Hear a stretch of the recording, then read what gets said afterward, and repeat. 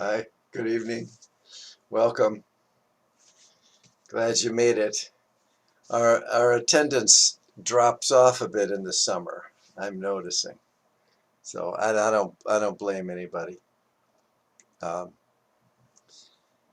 so if I was more tech savvy and had an iPad, I could do this outside, which would be nicer, but I just have this desktop. So I'm doing it inside, you know. But um, I want to mention today's the 6th, and I will be missing the 20th. We're going to be out of town on the 20th, so we're meeting today. We'll meet on the 13th, and I'll send out an email and remind everybody, and then I'll be back on the 27th. So so today we're going to explore some sitting qigong. So we do a lot of standing qigong, moving and stillness. Uh, and that's usually what we think of when we think of qigong. But there's also sitting qigong, and there's lying down prone qigong. And one of the things about sitting qigong for people who have a sitting meditation practice is that it is a sitting meditation practice. So it involves movement, and it involves outer and inner or inner movement, and we'll be doing all of that. So we'll begin in the usual way with standing, just to sort of clear things out, and then we'll go into the sitting part. Hi, Beth. Welcome. I think, I don't know if you heard, but I will not be having a class on the 20th. Okay, two I did weeks. hear that. Yep. Thank Okay. you. All right. Great. Thanks. Okay, good. Well, let's get started.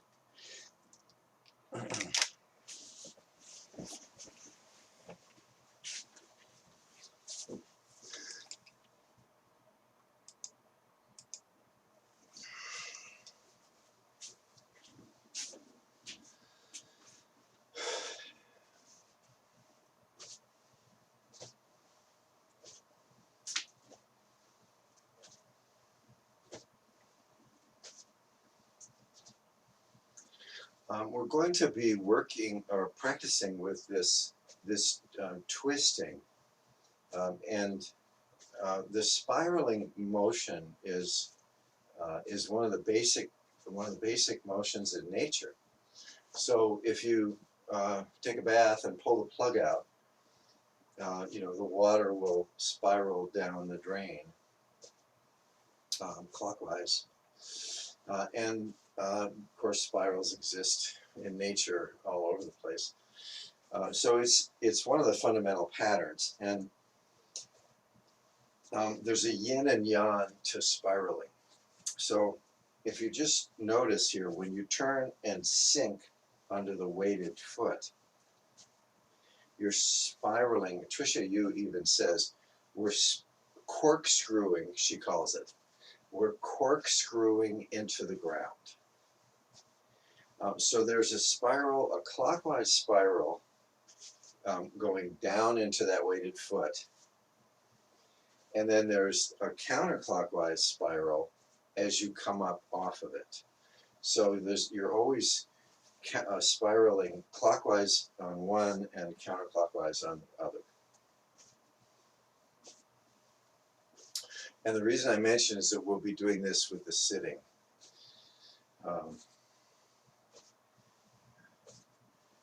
With the sitting qigong.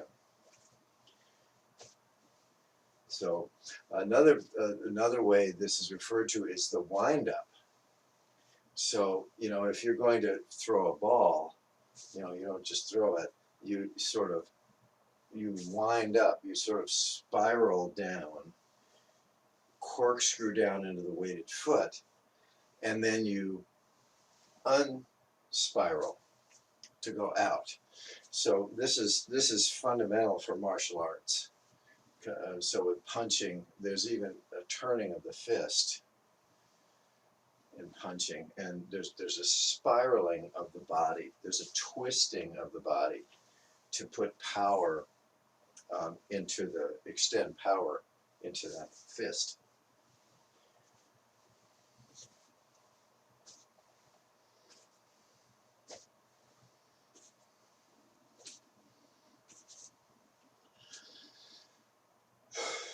And the root of spiral, spire, that means breath. Inspire, aspire. It also happens to be my name, but that's beside the point. So we're going to be coordinating the spiraling motion with the breath.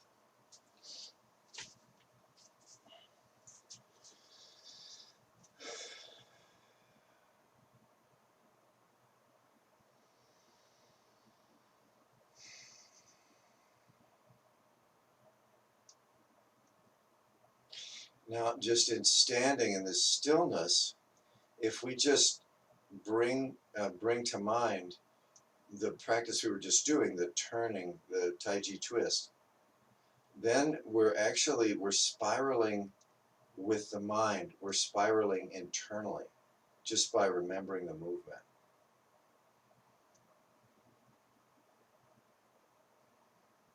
And so there's all these Qigong practices with internal spiraling. Okay, so let's face the east.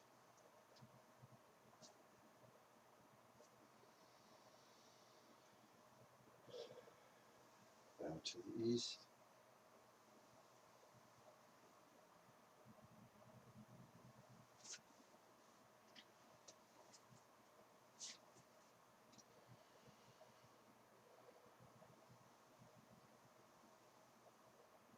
South.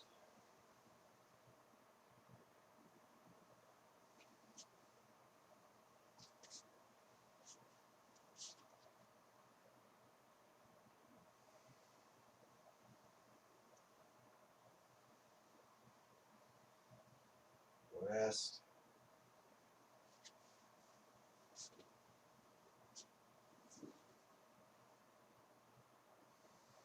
North.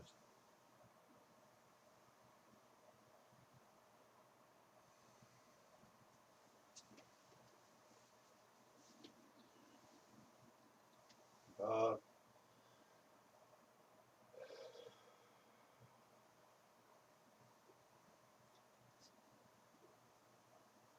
Below.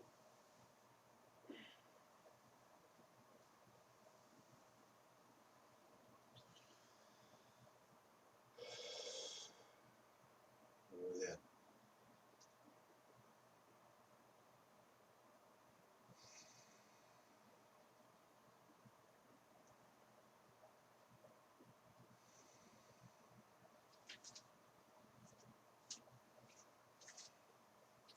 Okay, so starting at the top, let's stretch out the neck.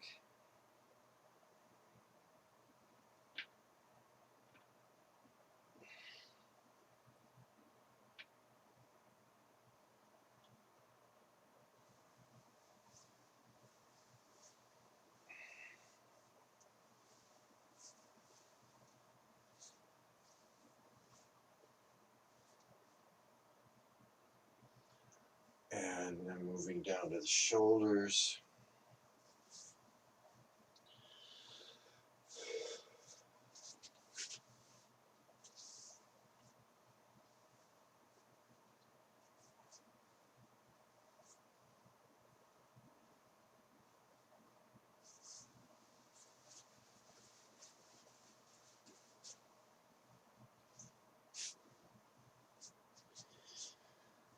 And moving down into the.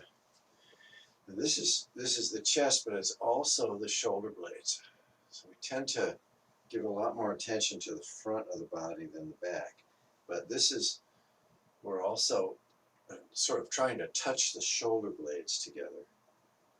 And then opening the shoulder blades. So sort of closing and then opening. So of course, when we're closing the shoulder blades, we're opening the chest, and vice versa. So both are going on at once. But sometimes we need to remember and then put extra attention on the back of the body, where we're not used to doing that. And then that completes the balance, the yin and the yang. Because when one is opening, the other is closing. Otherwise, it's just open and close rather than open and closing at the same time.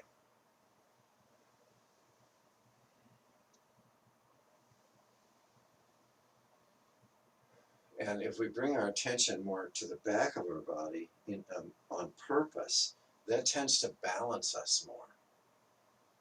We're not sort of leaning forward all the time, leaning into what's in front of us or leaning into the future. We're more present. So the back of the body.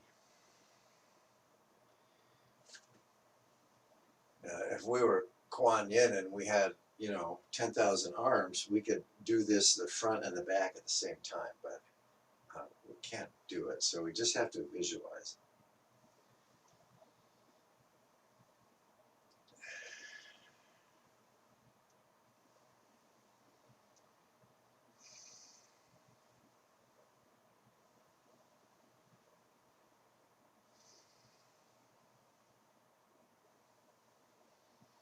Okay, let's just do one more.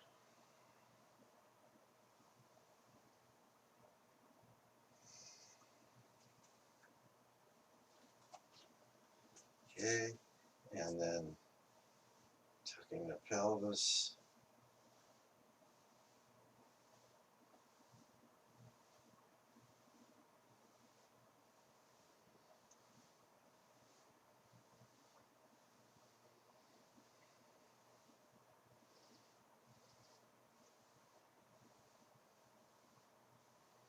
So if you can just feel this or visualize it, the tops of the femur, the thigh bones, have these knobs on them, and those fit into the pelvic girdle, the pelvic bones, and so we're rocking that on the knobs, and then from the top, the spine goes down and connects into that in the back.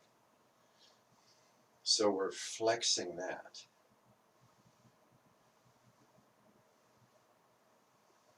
And so it's a rocking motion, rocking the hips. Okay, and then here, so spiraling the hips, circling the hips. Now, in order to do this, we have to involve the knees and the thighs.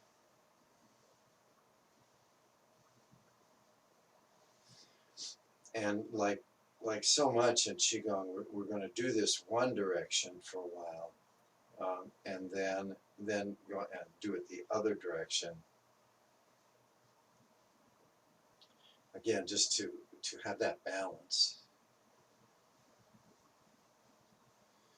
And this hip flexibility is very important for that twisting. If we're stiff here, we can't really do the wind ups and so on. And then it's really important for balance. So these simple little things with the hips can just save us a world of trouble with balance or hip replacement or something. Okay, and so then we go into the balance. Now that this is loosened up in here, and we want to reestablish mentally that vertical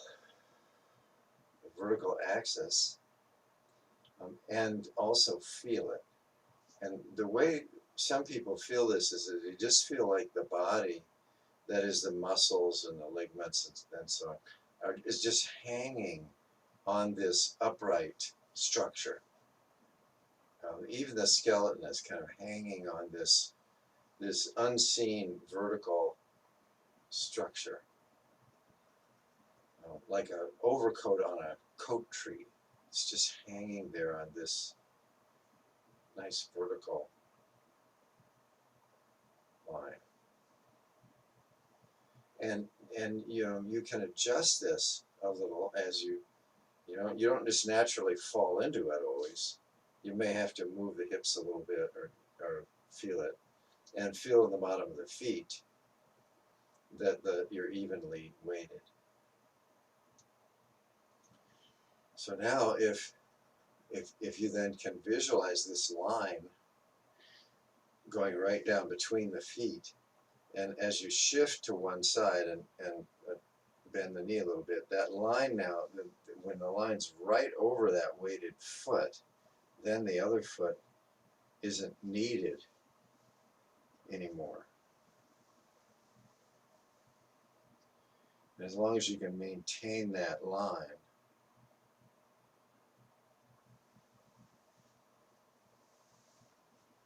then you're balanced. Then as you shift to the other one, so we don't want to be in a hurry to lift the empty foot. We want to be sure we have that line there and we feel that. And then you can sink the knee a little bit. This is hard to do with your eyes closed.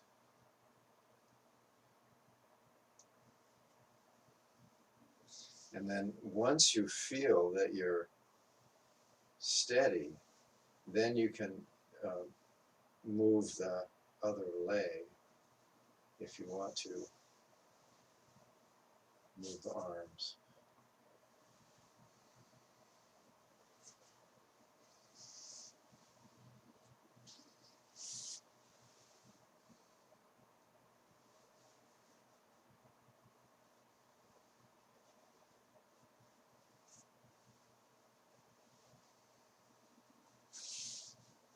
And if you want to have a little fun with this, then you can try holding. So we used to hold these in Tai Chi.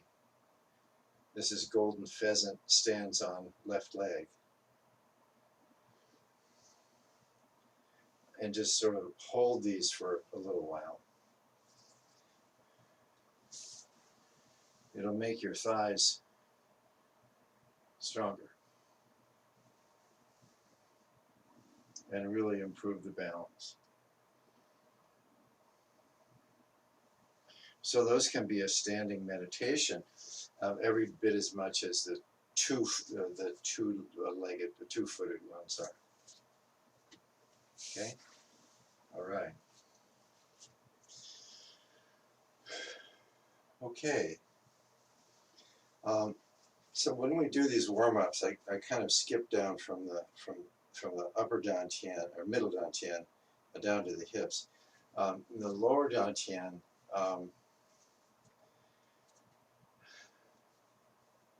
So if you place one hand on the belly, just below the navel, and then the other one on that one, there are Qigong movements where you make circles here, and this has to do, there's a lot of medical Qigong about this. This has to do with the bowels and the stomach working properly, and then go the other way. It feels good, but this is another spiraling movement. I just want to mention that because we sort of skipped that. Okay, so before we sit, let's go ahead and now just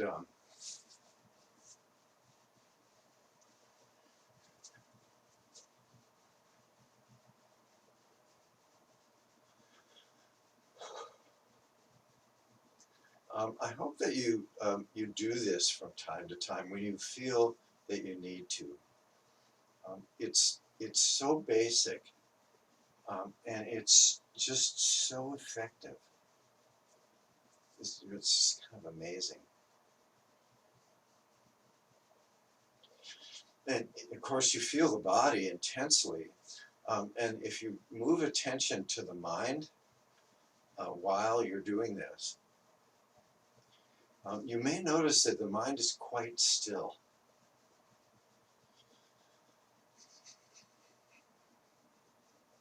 And you know, that's not just Qigong. I mean, the mind is quite still often when we're doing uh, body movement. Uh, but the rhythmic quality of this just somehow contributes to um, the mind being empty and awareness being present. I think it has to do with the rhythm of it, because there's the rhythm of the breath, the rhythm of the heartbeat. There are these body rhythms. And so we're just adding this rhythm, however fast or slow you're doing it. And so we're harmonizing with the rhythms that are already in the body.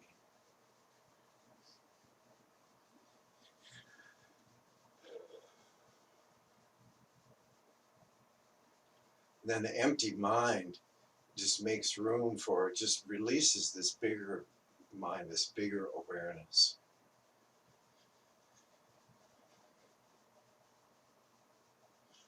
And you can actually visualize this as actually a bigger body, that not a physical body, but just sort of a bigger, like fog or light or something, just a bigger awareness that the body is included in.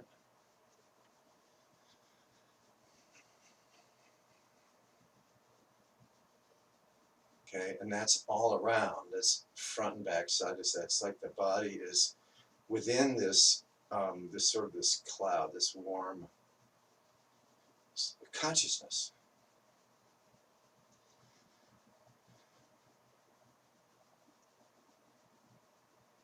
Okay? And when that's present, and we're doing this movement, then the consciousness and the physicality are balanced.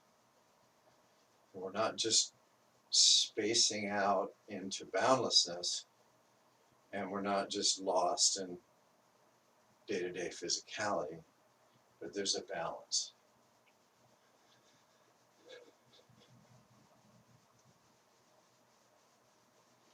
And then rather than just sort of stopping, then if we increase the intensity, and we still want to maintain that big mind, that big awareness,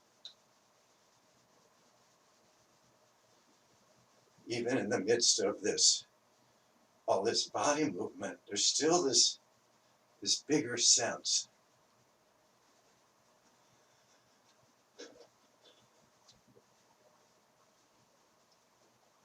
Okay, and then a little more intensity now.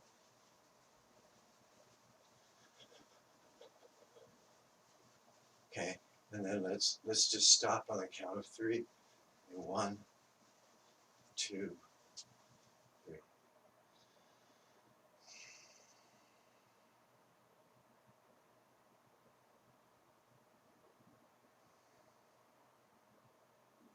Now that tingling sense that's within the body and on the skin, just use the mind and extend that out in all directions. So this field, the area around the body, is also tingling.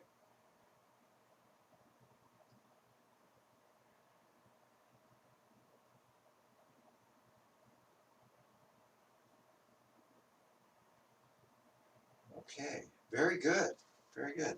Okay, let's come back to just standing. Let's bring up our stool or cushion.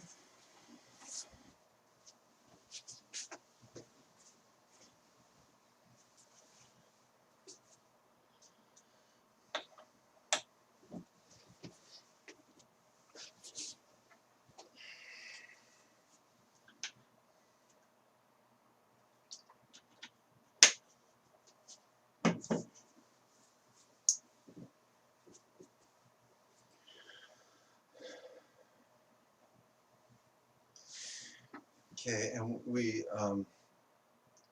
can do this sitting in a chair, leaning against the back, um, but um, it's meant to be done um, with us supporting our own upper body, that is, without leaning back against a chair.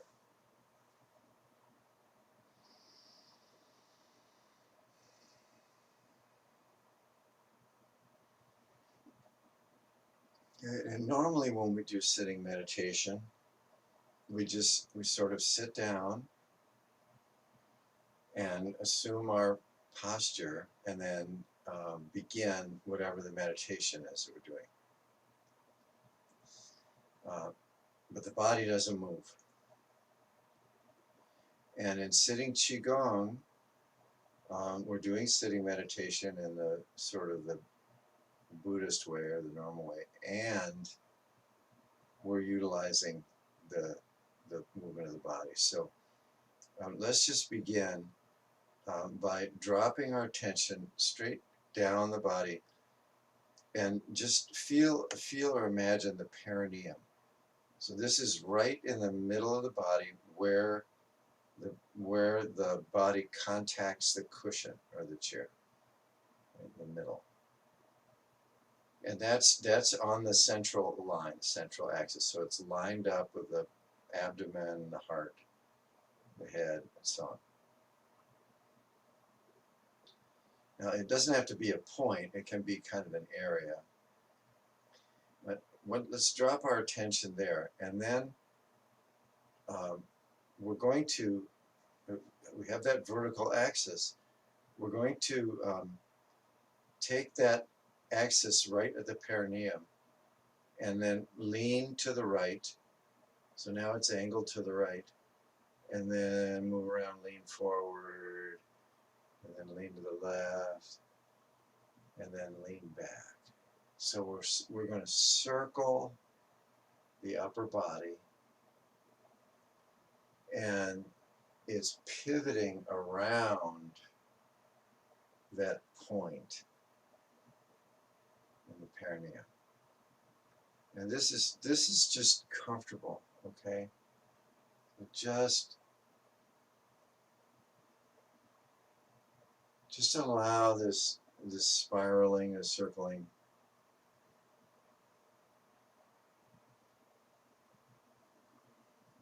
And we're keeping our posture. We're not collapsing our back or anything. And the weight shifts left and right. Okay, very good. Let's reduce that. Okay, and now let's spiral the other way, starting small and letting the circles get bigger.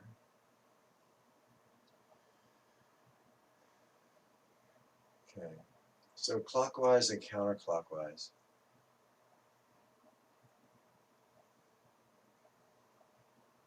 Okay, and let this get pretty big. We're still keeping our attention in the body, the perineum and the vertical axis. And, you know, as that extends out the top of the head, we're making this huge sort of cone. The point of the cone is the perineum, and then it gets bigger as it goes out. And it extends way, way, way up. Trisha Yu calls this the cone, the sky cone.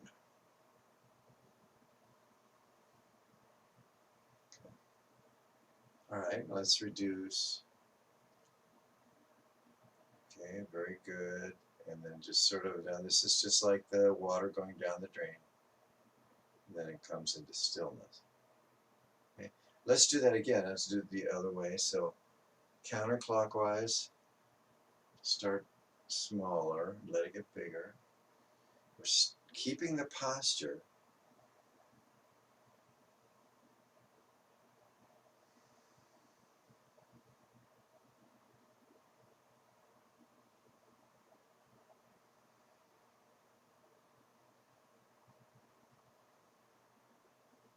Okay, very good, very good. And reduce.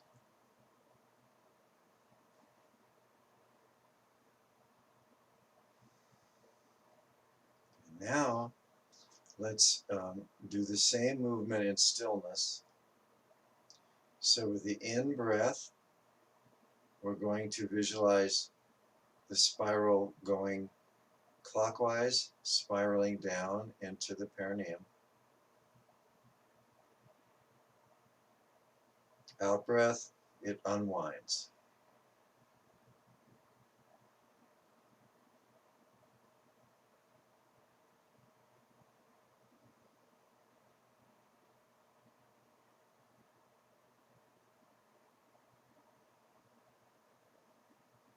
You can use your eyes if you like.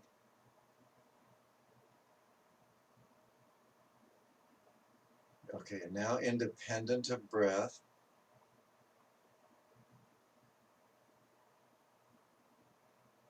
just repeat the spiraling motion just with your mind. And this is around the perineum. And it can get big, it can encompass the whole body. The body's still.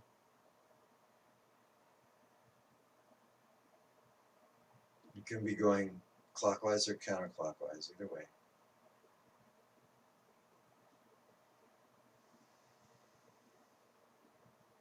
And then go ahead and spiral out beyond the body. Very, very big. And so there's sort of this vortex, and you can sort of look down the vortex, goes right through the whole body down into the earth.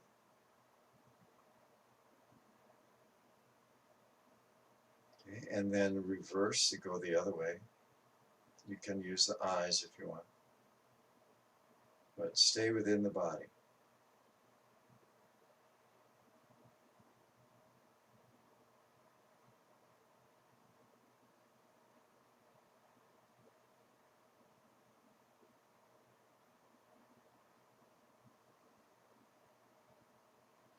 Okay, now spiraling clockwise, let's now spiral down from the perineum down into the earth. Actually going straight down into the earth.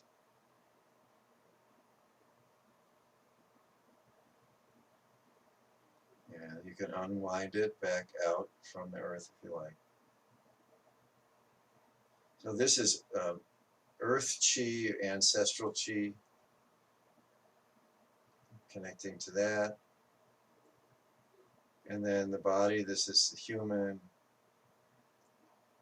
And then going out and up, that's the heaven, what they call the heavenly chi, or the cosmic boundlessness.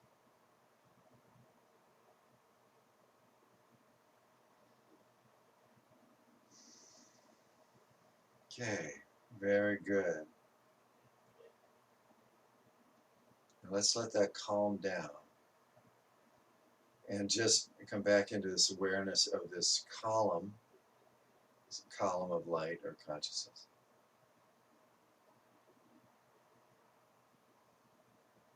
Okay, and now bringing our attention down into the lower belly.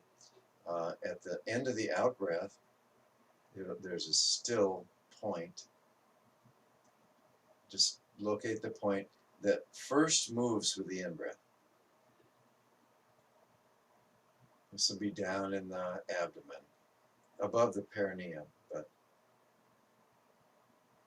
so with the in breath, the belly, the abdomen expands frontward and backward, and left and right. It expands like a balloon.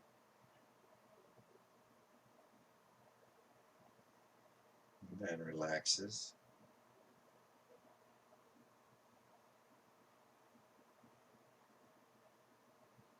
And then moving up into the center of the chest at the end of the out breath, there's a still point, right, where the lungs are still. And then where does it move at the beginning of the in breath? A still point in the chest. And the in-breath expands the chest in all directions. And now chest and belly together. So the in-breath expands the entire torso, okay, in all directions. Out-breath relaxes.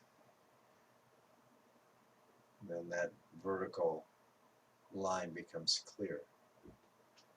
In-breath.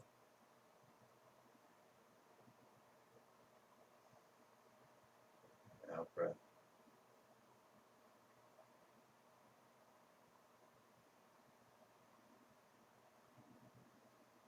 We want to have our attention in the body. We're not imagining the body. We're in the body feeling this. So when it expands all around us in all directions. So this is imagination and sensation. We're feeling it as we're imagining.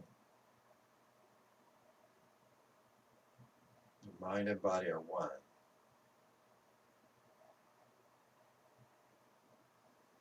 And now you can expand this in all directions, very bigger, much bigger.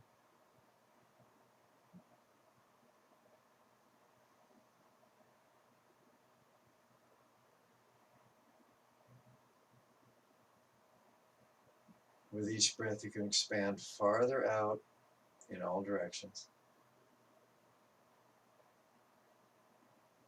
And when you've got that, then let it flip and expand out with the out breath.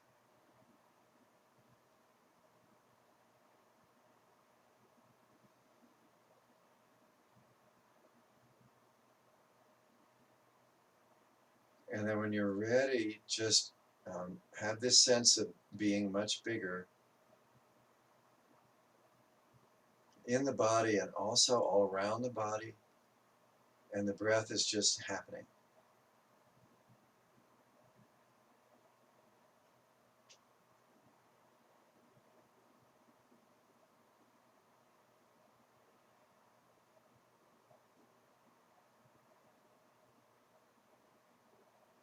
And use the mind to extend out very far.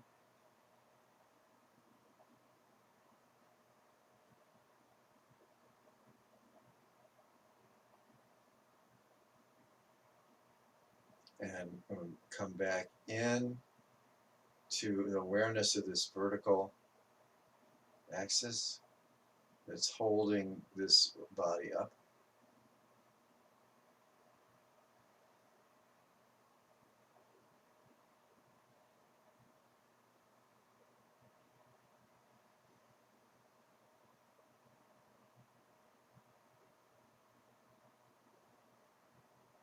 Out the back.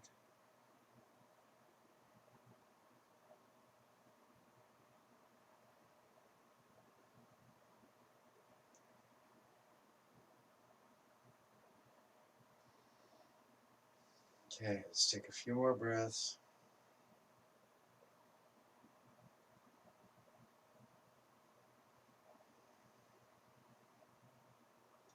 Okay, very good.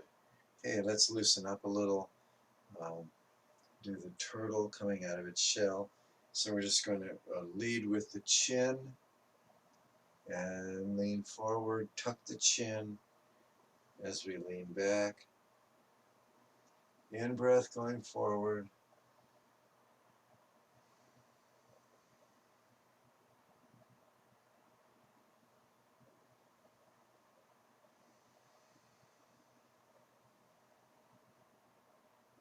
We're making a circle with the chin. Okay, now your breathing can go the other way, so just move with the breath. In breath when you lean back, out breath forward, or the other way.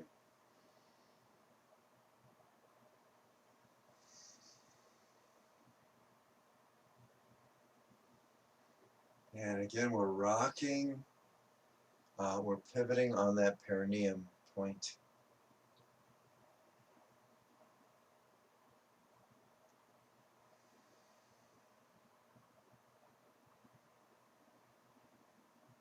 Okay, let's reduce the movement a little.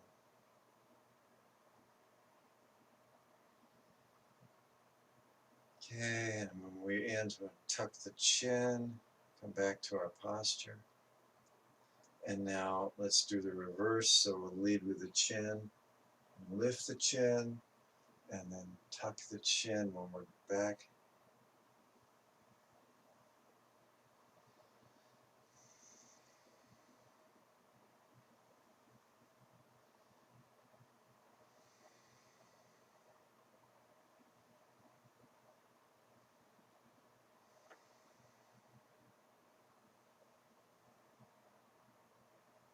Okay, and then reduce the movement.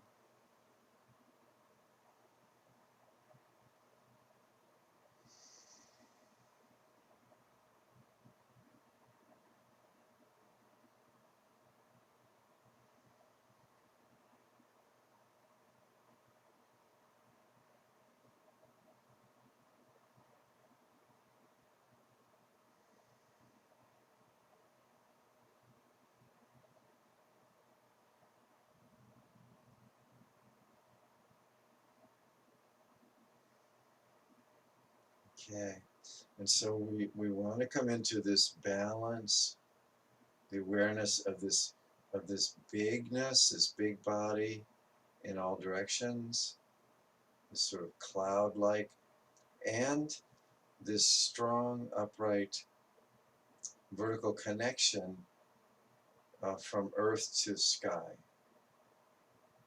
at the same time.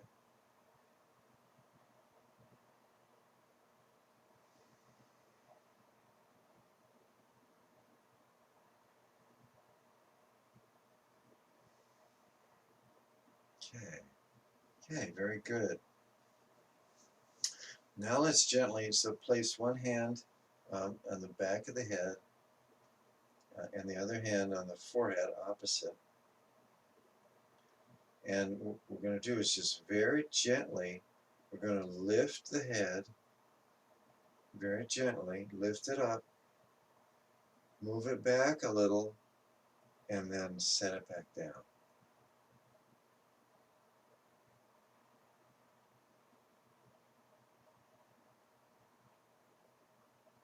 Okay.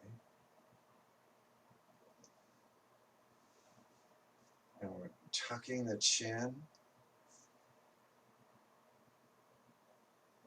and we can scan the body for alignment from the crown of the head straight down through the throat, in line with the heart, in line with the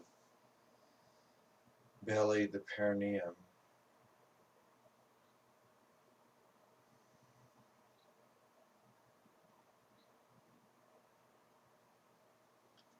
Okay, and now with the eyes, I'm just going to give the eyes permission to just rest. So you can close the eyes or have them partly closed. They don't have to be looking around.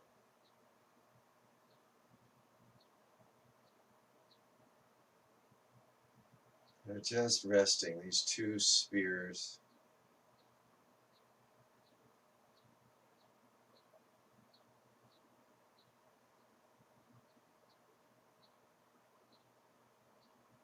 Okay, and let's bring the hands up now and placing the heels on the eye sockets without touching the eyes. Just make circles.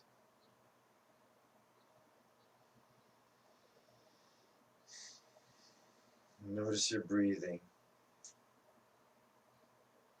The eyes are still, just resting.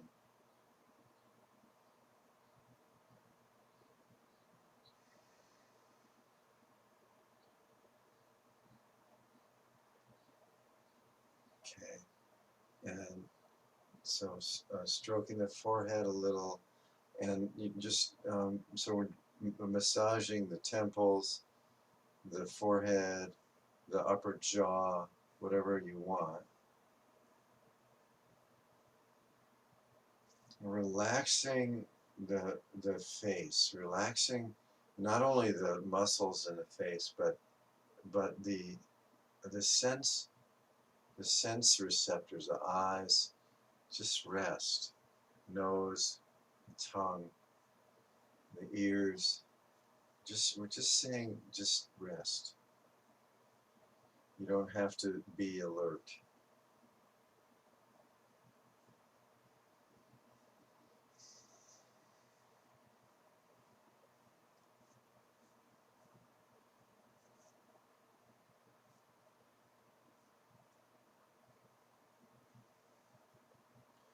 Okay, and then let's just sort of sweep down the upper body, and up the head down to the upper body.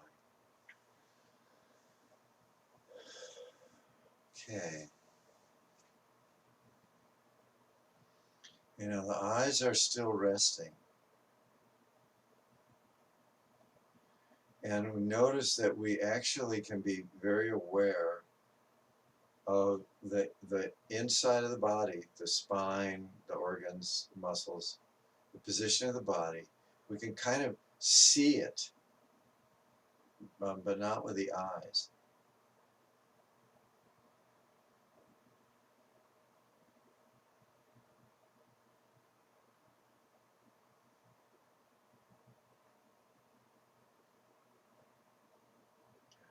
So once more, let's lift the two hands up, one on the forehead and one on the back of the head.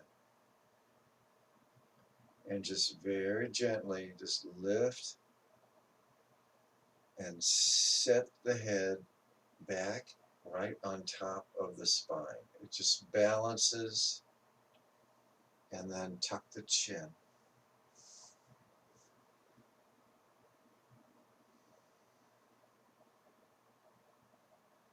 Bring our attention to the back of the head.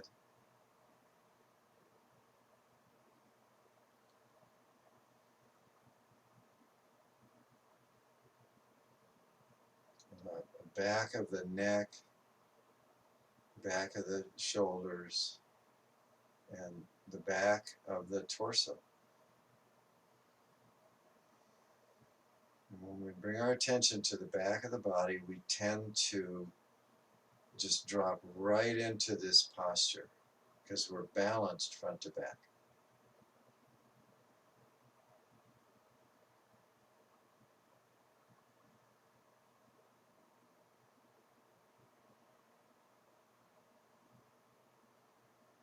And we're not so much holding ourselves up as we are just resting in awareness of this vertical connection. Goes right through the body.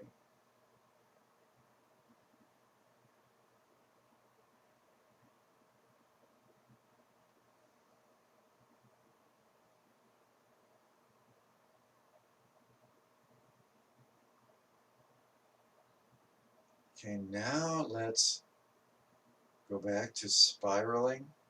You can use the eyes if you want to, or just let them rest. And just imagine this spiraling either direction down into the lower body.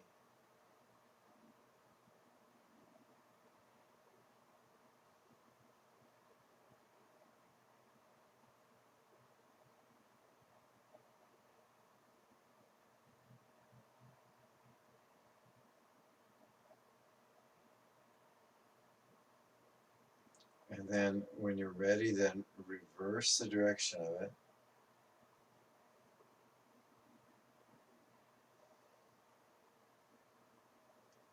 And then slowly let the body move with the spiral. So this is coming from internal. Just be very relaxed. We're not making the movement, we're just letting the body move with this inner spiral.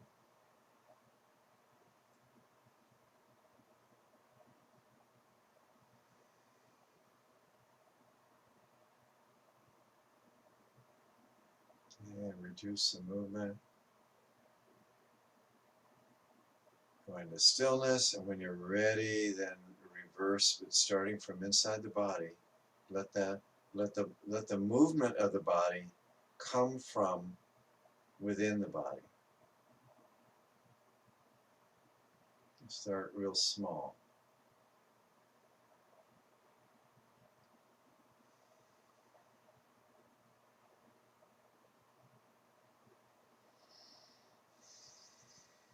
And you can let this get big. You can let go of the head and neck if you like. You can let go of the shoulders. Just be real loose now.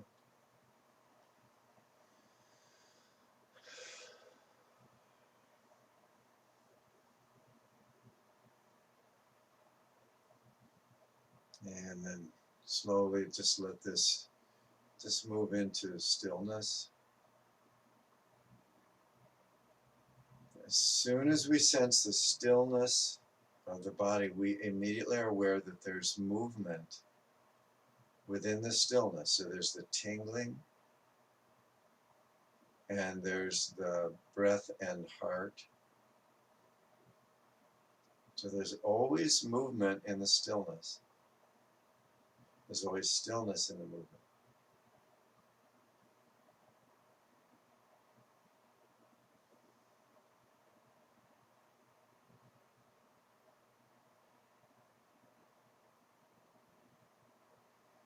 Okay, let's take a few more breaths.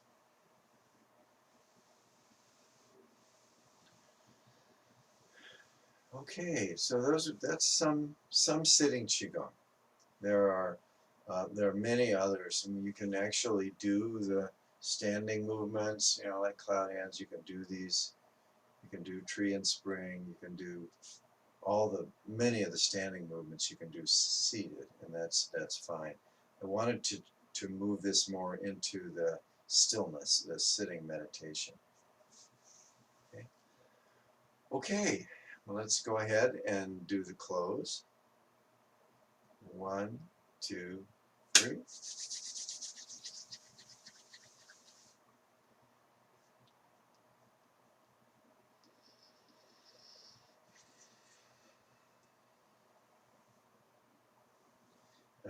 If you do the scalp massage, notice the back of the head as well.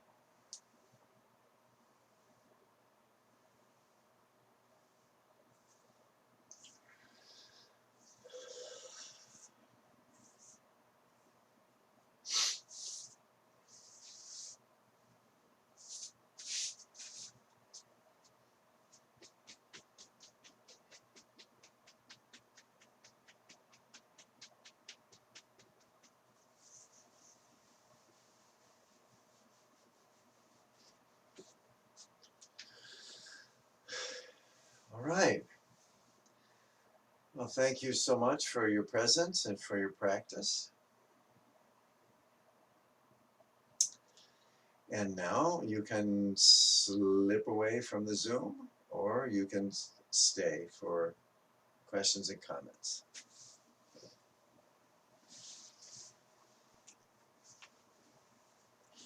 Thank you, Stephen.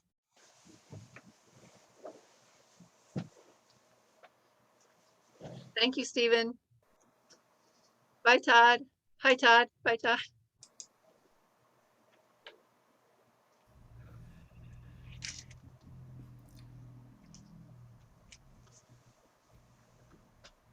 See you, Todd. I just realized that I don't think I've ever given you 1 cent of Donna for this. Well, shame on you. I hope other people haven't been as Well, remiss. you've attended the retreats, right? Yeah. And you've given Donna at the retreats, right? Yeah, that's fine. I don't ask for anything for the classes. Okay. I mean, some people do, but it's fine. I do this for myself as much as for everybody else. Well, I figured that. Yeah, it's true. Yeah, so you're gonna miss Tuesday night, huh? Oh, I'm not sure. Not sure. Um, Joan is still still pretty much in the hyper nervous column about COVID. Oh, I see. I see. So if it's nice and we can be outside afterwards, yeah, I'll be there. Oh, okay. I get it. Yeah, and Yeah, there's probably many people who feel that way. So yeah. you're going to attend on Zoom? If I don't come in person, sure. Oh, Yeah, okay. yeah. Okay. Yeah, we were I just, didn't want to sign up for, reading something and then not thank you. show up if it was raining or something like that. Yeah, I appreciate that. Yeah. Yeah. Yeah, the space is nice. It's different and it's the same. You know, the basic sanctuary where we meet, the stage is gone, Uh-huh. and there are closets there, but and there's a few things that are different, but Well, um, the entryway is different, right? the entryway is different. Hmm. Yeah, yeah. So we'll come in and then go to the right and hang up our things and put our shoes on the floor, and then we get into this little kind of foyer, and then you turn left and you go in, you enter into the Huh. sanctuary. So yeah, that's different. But once you're in there, I mean, they've made some, they've painted it a different color, and there's a few cosmetic things, but it feels, Uh-huh. pretty much the same. Well, I hope to be there. Yeah, great. The challenge is the all the zooming from there. That's what Gloria and Tom are figuring out, how to do it, because they now have a sound system. So, Well, I'm sure there will be a learning curve. right, I expect. Yeah, Yeah. yeah. So I saw a teeny tiny wren. And I know they're tiny anyway, but They are tiny. there's a teeny tiny one. We have a birdhouse hanging from one of the trees, and then they've been coming and going like crazy out of there. So now, House wren. house wren, yeah, these little, And they sing, and they're still singing away. Or at least the one in our backyard is. yeah, mine is too, yeah. And do they do more than one nest? They can, yeah. If they get a good start on the first one, they might do a second one. I mean, I don't know specifically about house wrens, but many birds, like robins, will pull off a second brood if they can do it. Well, we had cardinals in the backyard in a shrub like eye level, right in this bush, Uh-huh. and I don't know how many they had, but they fledged out, and that nest is empty. And I read that they will go and do another one. Yeah, Uh, they'll build a new nest, but yeah, they won't reuse the same one. yeah. Not many songbirds reuse their nest because their parasites can build up in them, and you don't want to.